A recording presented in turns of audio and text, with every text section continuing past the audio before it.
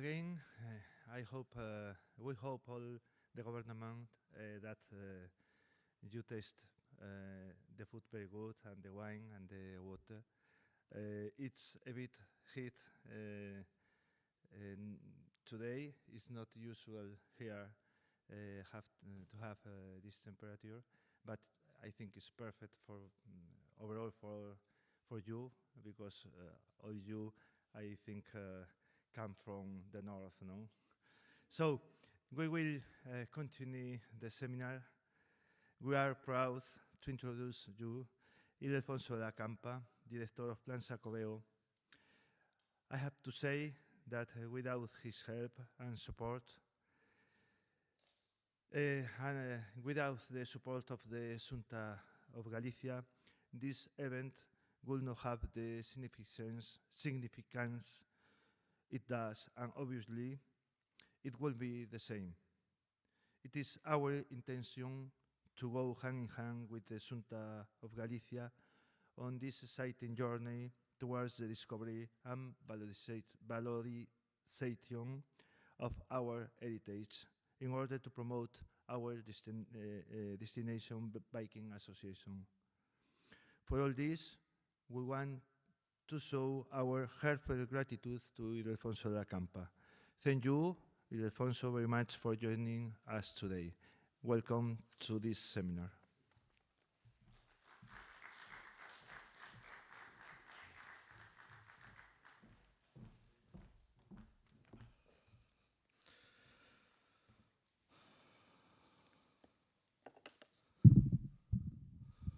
Well, good afternoon to everybody. I hope not to bore you excessively with my intervention. I will be sympathetic if someone wants to take a little sleep.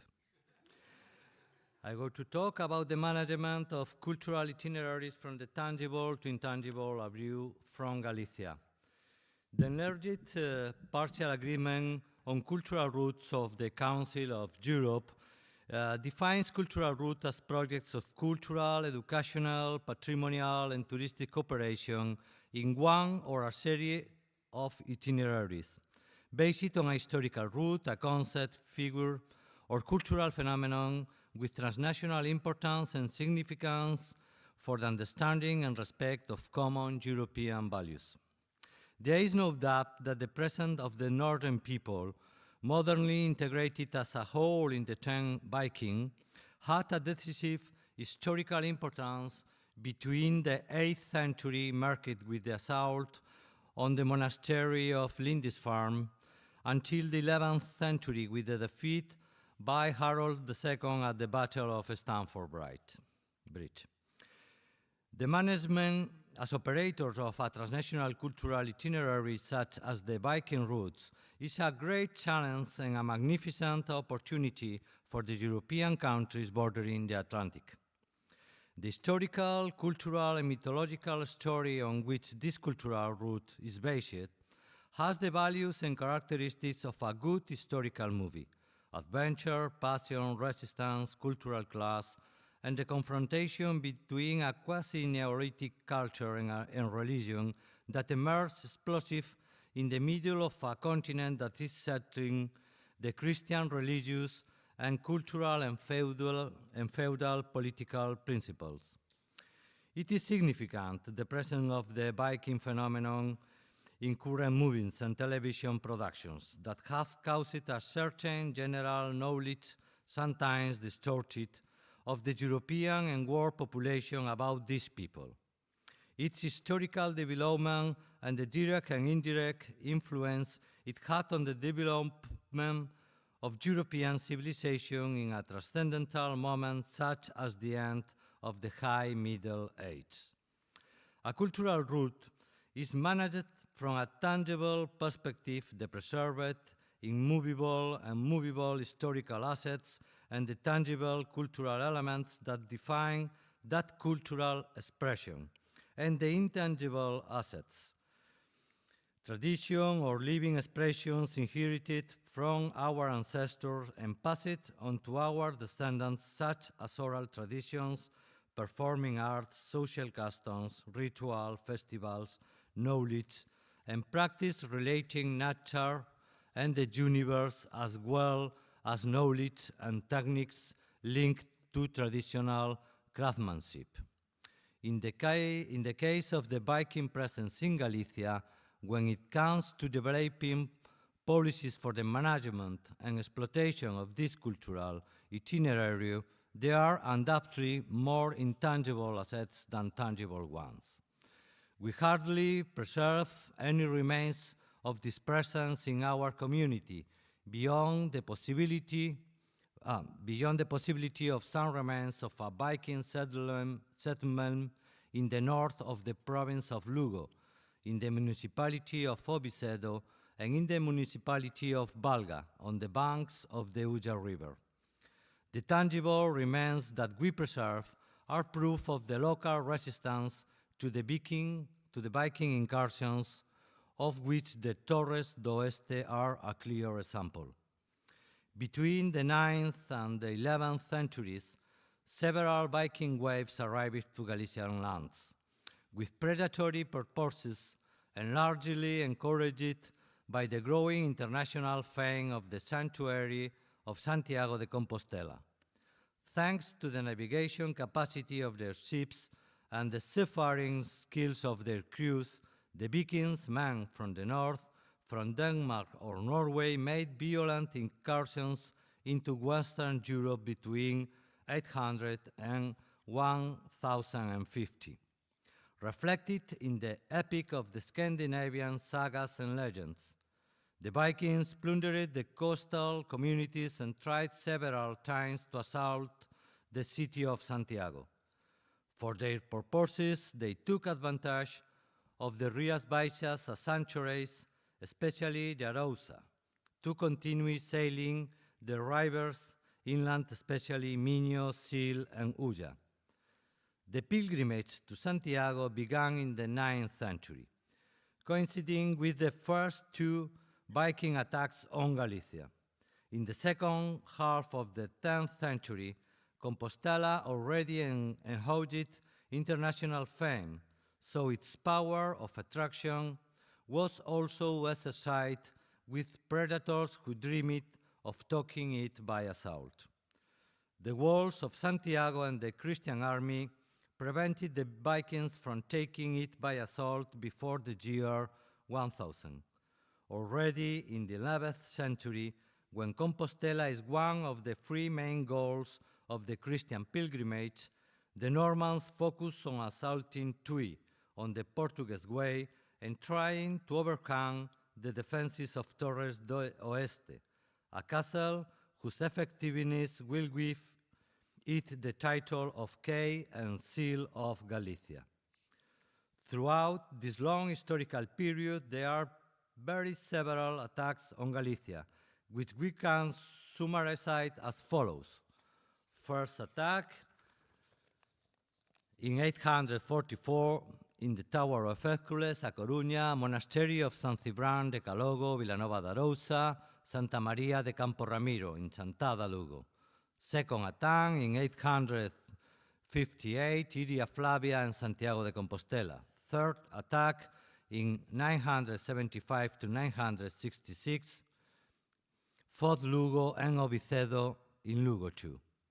Fourth attack in 968 until 970, Torres de Oeste, Catoira, Iria Flavia, Fornelos in Pontevedra, Ocebreiro in Lugo, Ferrol Estuary. Fifth attack in 1015 in Tui, and at last sporadic attacks between 1028 until 1066 to Torres de Oeste. But this lack of tangibility in the Viking presence in Galicia does not diminish the historical importance of the presence during 2 centuries of this culture in our land. Important events such as the transfer of the archiepiscopal diocese from Iria Flavia to Santiago or from Bretonia to Mondoñedo are directly related to the Viking incursions. The first European cultural itinerary, the Way of St. James, was born parallel to the Viking presence in Europe, and it is an example of that evolution during 2 centuries where the pre-Christian religions, in this case the Scandinavian form seed, the ancient customs, coexists and competes with the high medieval Christianity that is consolidating and extending in Europe with the cross and the sword. As an example, the destruction ordered by the Emperor Charlemagne in 772 of the Irminsul, the tree of heaven, the main religious symbol of the Germanic tribes in the lands of Saxony. The Jacobean itineraries themselves are deeply conditioned by the Viking presence and incursions in the Iberian Atlantic area in the 9th, 10th, and 11th centuries. The Vikings themselves knew Galicia as Jacob's land, the land of Santiago, since the city and above all the Jacobean sanctuary were the main objectives of these incursions. On the other hand, the layout of the first Jacobean pilgrimage routes were conditioned by the incursions of the pagans from the north. The northern coastal route did not develop until the presence of the pirates, first Vikings and then Arabs, who ravaged the Atlantic and Cantabrian coast, disappeared. This management of this cultural itinerary in Galicia should be based on several premises. Location of the historical areas of Viking presence in our community.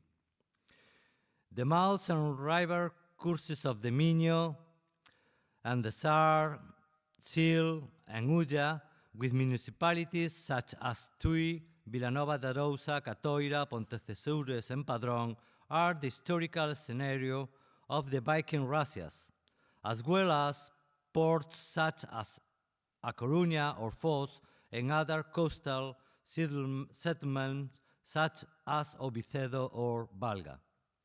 Deepening in the historical research of the remains and possible remains of Viking presence in Galicia and the historical study of the significance of the Viking presence in the cultural, political, social, and economic environment of Galicia at the end of the High Middle Ages. Institutional coordination between public institutions in Galicia, regional and provincial governments and municipalities for the development of cultural and tourist projects under the umbrella of this cultural itinerary with a thematic specification and the use of public resources as tractors of social and private initiative. Coordination of public administration with civil society and other public and private institutions to develop a joint strategy for the development of this cultural itinerary in Galicia. Specific associations on this phenomenon, neighborhood associations, cultural development groups, Galician universities, and business associations should work together to generate an harmonious and structured development of this project. Study the need to develop tourist cultural infrastructures that provide services to visitors to this cultural itinerary. It is important to point out the need for a sensible measurement of development times and efforts. Our orientation is centering on a gradual, measurable, and develop of the needs so that they develop along with the natural evolution of the number of visitors. To decide which will be the development approach of this route, taking into account its geographical dispersion in our community. Cultural route or routes focused on specific dates or permanent throughout the year, need for interpretation centers of this itinerary, capacity of the route to generate a local service industry to meet the needs of visitors, possibilities, and space for promotion of this cultural itinerary and interrelation of this route in Galicia with the rest of European regions associated with this itinerary. To develop a portfolio of cultural and tourist proposals that articulate and give meaning to this itinerary in our community. Possibility of relating this itinerary with other European cultural itineraries. In the case of Galicia, its clearest historical relationship is with the Camino of Santiago, with the Way of St. James. The lack of abundance of tangible elements about the Viking presence in Galicia makes intangible elements essential to articulate this. A local proposal for a cultural itinerary, we highlight the importance of the Viking pilgrimage of Catoira. This is an annual festival and a sign of that intangible presence that gives meaning and reaffirms the Viking cultural substratum in Galician society, and in a significant way in the Galician Atlantic coastal town. From this cultural manifestation, with more than 6 years of history, we must build a Galician project agreed among the stakeholders involved and that gives concreteness, meaning, and articulation to this itinerary in Galicia. The Galician Tourist Agency has entrusted the Management Society of the Jacobean Plan to represent the Galician government in this cultural itinerary. Our experience in the management of the Way of St. James in Galicia for more than 30 years, and the fact that we precede the European Federation of the Way of St. James, operator of the first European cultural itinerary, make us possibly the ideal organization to transmit experience in management, development of strategic plans, measurement of results, and coordination among stakeholders in this itinerary. We put our experience at the service of this itinerary, considering that the Viking presence in Europe and the Way of St. James are two of the great medieval historical factors that transformed our continent and laid the foundations of what we were and what we are as Europeans. Thank you very much for your attention.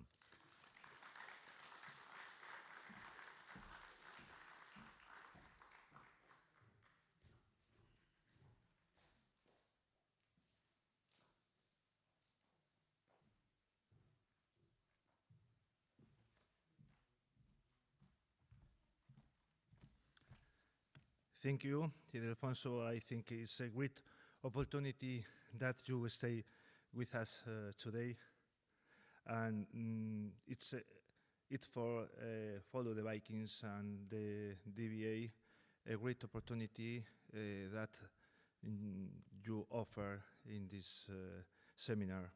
Thank you very much. So, for me, it's a pleasure to introduce you Melania Payán, from the consultancy firm Dos Espacios. She will show us a brief historical review on the cultural and social connection of the Vikings with Galicia, especially with the estuary of Arousa, to understand the economic opportunity of the spiritual roots we have in common, the route of the Sea of Santiago and the route followed by the Vikings. Welcome, Melania, to our seminar.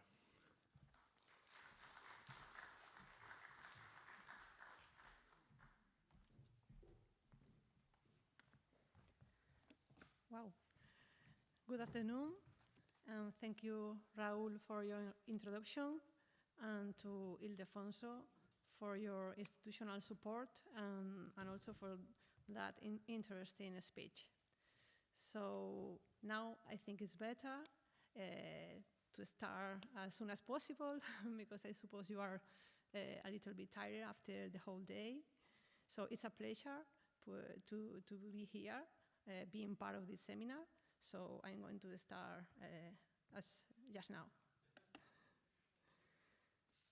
Well, now better. As mentioned earlier this morning, the fascinating relationship of the Vikings with this land began in the 9th century, a period when the Scandinavian people began expeditions beyond their territories to focus on navigation and trade. Their skills as navigators and their ability in battles with inhabitants of the land they reached helped them to carry out important expeditions not only along the Atlantic coast, but also the Mediterranean. Even go inland, along the rivers in search of treasures and new territories to explore. In this period, the Vikings reached places as remote as Greenland or Constantinople, and among the places they visited was Galicia, which they call, as says in Ildefonso, Jacob's Land or Land of St. James. Unfortunately, this period of our history has still been briefly studied, which means that legends are often intermingled with real events. For example, the story is told of a Galician bishop called Gonzalo who prayed fervently for divine protection against a Viking approach. So, unleashing a powerful storm that submerged most of the Viking fleet. Who knows? What doesn't seem to be a legend is that the first contact of the Vikings with Galicia took place in the year 844. According to the annals of San Bertin, in August of that year, a group of Vikings from present-day Denmark, according to the annals of San Bertin, in August of that year, a group of Vikings from present-day Denmark, coming from an expedition along the Garonne River in France, were swept away by a storm until they reached northern Galicia. There, after contacting several coastal villages, they were finally beaten back the Farum Brigantium, the current tower of Hercules in A Coruña, which the Vikings called Far. In that picture, you can see the Tower of Hercules in Coruña.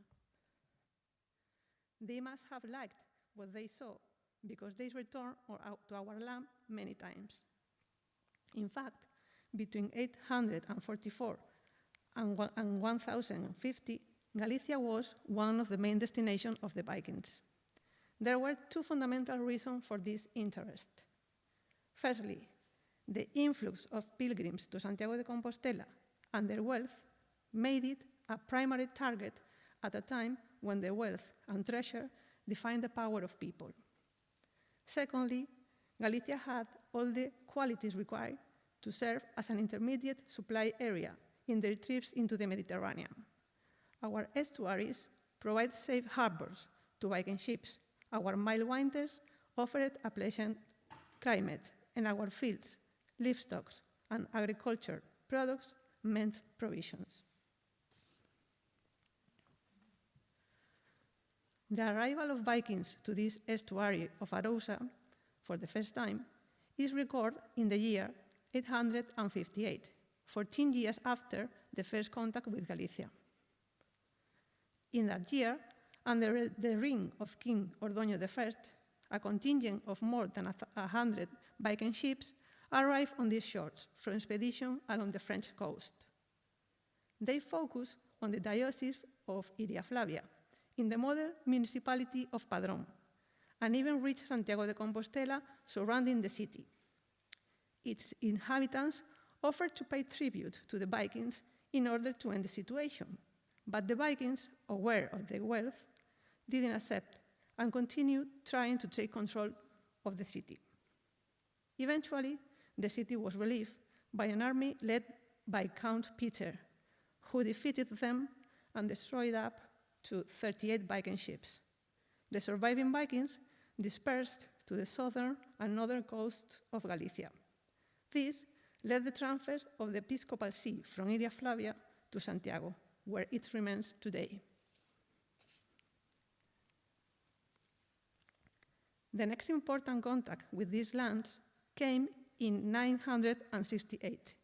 In that year, the Duke of Normandy, Richard I, was facing with the approach of the Franks in his domain and called for help from his Danish and Norwegian relatives, who came in his aid with a large fleet of Vikings. Once the king of the Franks was defeated, the Vikings stayed in Normandy and were encouraged by the Duke to set out to conquer Galicia. In his own words, that rich land that pilgrims talk so much about. In this way, around 200 ships arrived in Galicia under the command of Gadrod, brother of Harald Grafeld, known as Gunderedo in the Galician chronicles. 100 of these ships stopped on the Cantabrian sea coast of Galicia and docked in the diocese of Bretonia, while another 100 entered the same estuary and disembarked here in Catoira, with the intention of reaching Iria Flavia, which was still an important religious center of the closest port to Santiago de Compostela. The arrival of the Vikings matched with the end of the dispute between Bishops Rosendo and Cisnando II for control of the episcopal diocese. Bishop Cisnando, who has just expelled Rosendo from the city, tried to stop them near Iria Flavia, where they have arrived up the coast of Ulla River, but he didn't succeed and died pierced by an arrow during the Battle of Fornelos on the 29th of March of the same year. With no resistance, the Vikings dispersed through Galicia, even reaching the Sierra de Caurel and Tierra de Campos, which could explain the existence of a village in the province of León called Los de Manos, which clear Viking etymology. In Lugo, Hermenegildo managed to defend the city, but couldn't prevent the Vikings from expanding into lands of Bretonia. The old bishop seat was rebuilt in what is now Mondoñedo, which explains the origin of this episcopal see. The Vikings remained in Galicia for about 3 years, until they were intercepted around 970 by an army under the command of Count Gonzalo Sánchez, who managed to overcome them around the Ferrol estuary, slaying their leader Gunderedo and burning most of their ships. After leaving Galicia, the Vikings continued sailing south, docking in the main towns of the coast between the Douro River and Santarém in Portugal. Sorry, I forgot to pass the slides. I think we are more than the middle. From the 11th century onwards, trips to Galicia became less frequent. However, it's in this century that the figure of a Viking who had a great relationship with this land appears. A noble and skillful warrior who became involved in local politics came to govern part of the Galician territory and allied himself with some local nobles to defend this territory. A Viking who took his nickname from the land where he lived for 20 years, Ulf the Galician or Ulf the Gallego. It was around the year 1028 when Ulf arrived in Galicia. He was born in the year 1010 and was the son of the Jarl, a title similar to Count or Duke, Ulf Thorgilsson, who was married to the sister of King Canute the Great and daughter of King Sven I. So he was a nobleman linked to the Danish royal house.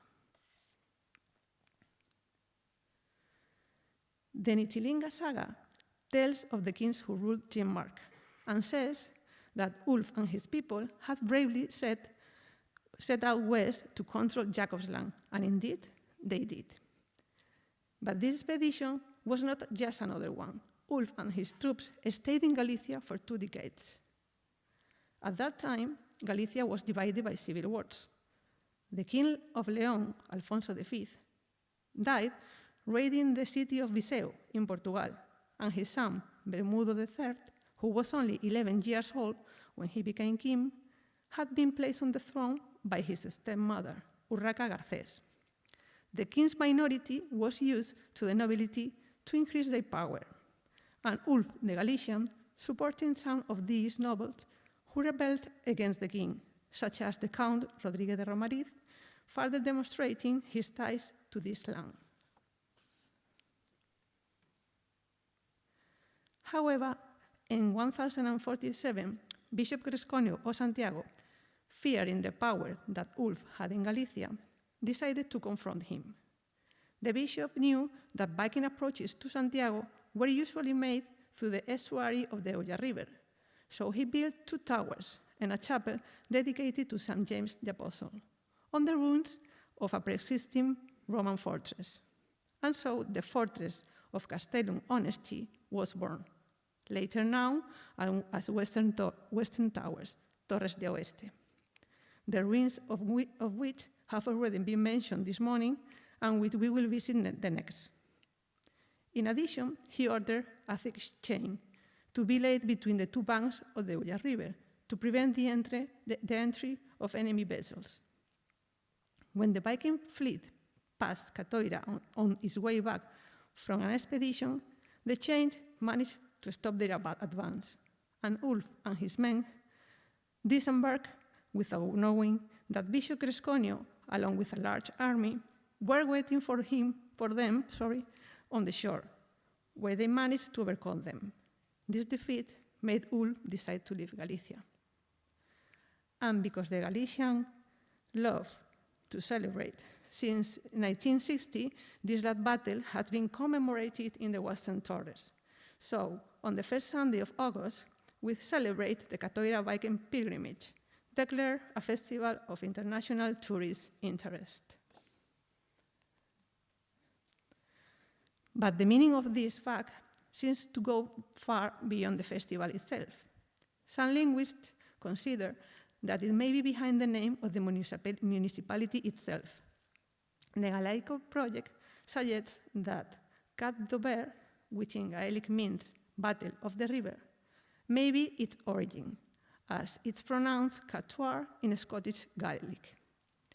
Linguists recall that the chronicle of the time mentioned a place known as Axunqueira, where the Vikings used to land on their way to Iria Flavia, the closest port to Santiago de Compostela. This place will be here, in the town of Catoira, and it's believed that the name of the place, Axunqueira, changed as a result of the battle between the troops of Cresconio and the Vikings. Nevertheless, these experts go further and consider that if the place known as Axunqueira became known as Catoira with the meaning Battle of the River, it would seem reasonable to conclude that at least some people will still spoke a Gaelic language in Galicia in the 11th century. Perhaps they were Gaels who accompanied Vikings on some of their trips, but eventually settled in Galicia. This last point, however, is open to speculation. Back to our story. After Ulf's leaving, the Viking expedition in Galicia declined to such an extent that they became a thing of the past. The last entry of a Norse monarch took place in 1108, but this time in peace. King Sigurd I of Norway, on his crusade to the Holy Land, traveled a sea route linking Scandinavia with Galicia in about 8 days of sailing. This route will be very similar to the one that Ulf the Gallego himself traveled in his time, crossing the same estuary where we are today. Sigurd's pilgrimage was just one of many that followed the same route. Notable among them were St. Bridget of Sweden and St. Andrew of Slagels in Denmark, who, like Sigurd, sought in this journey a spiritual connection with a land that marked the destiny not only of their faith, but also of their lives. To conclude, these journeys were not only traces in history, but also bridges between cultures and beliefs that are intertwined here in the waters of this estuary. These same waters were used to transport the venerated remains of St. James the Apostle, whose arrival in Galicia marked the beginning of a deep spiritual connection between these lands and the rest of Europe. These waters were also sailed by the Drakkars and other Viking ships, bringing with them tales of exploration, conquest, and trade that forged links between the peoples of northern and southern Europe. Later, they were the final stage of a pilgrimage that, in the Middle Ages, linked territories as far apart as Spain and the Scandinavian countries. The historical, social, and cultural links between Galicia and the Nordic countries represent an economic potential that hasn't yet been taken on board enough. A relationship that, as we have seen, goes back more than 1,000 years, and which it may be time to revitalize by promoting the historical roots that once followed the Vikings and later the Pilgrims, and which make it possible to strengthen the links between the two territories. From the destination of Mar de Santiago, we are willing and open to this new shared adventure that will contribute, for sure, to continue writing history. And now, I would like to introduce you the destination Mar de Santiago with a short promotional video. Okay? So thank you very much. I hope you enjoy it, as well as the next visit to the Torres de Oeste. Thank you.